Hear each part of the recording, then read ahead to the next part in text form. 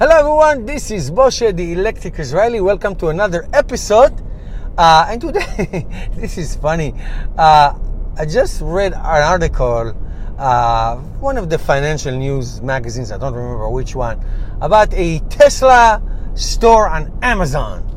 So Tesla is now on Amazon, has a store like anybody can, and they sell men's underwear and tights and women's and men's hoodies and smartphone covers and on and on. Prices range from $29 to I don't know $300 or something. And my question is why?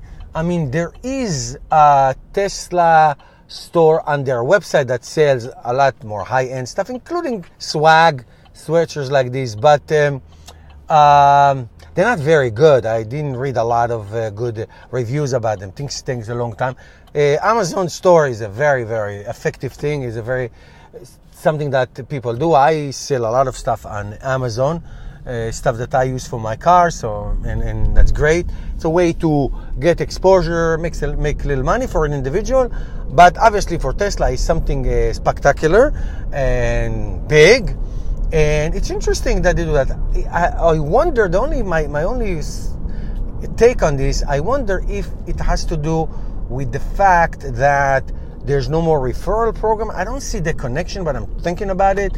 If because of the referral program ended, is there a way for people to be more engaged on a huge platform like Amazon is? Could be. Tesla doesn't do advertising. Advertising does by word of mouth, YouTube channels, and on and on and on. So that's very interesting.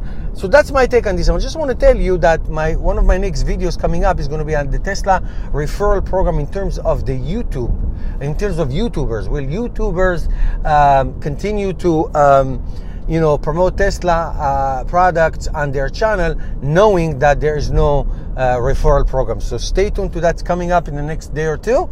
Meantime, don't forget to subscribe. Thank you for watching. If you have any comments or questions, please put it at the bottom and support this channel by becoming a patron. Thank you to all my patrons. See you tomorrow, guys.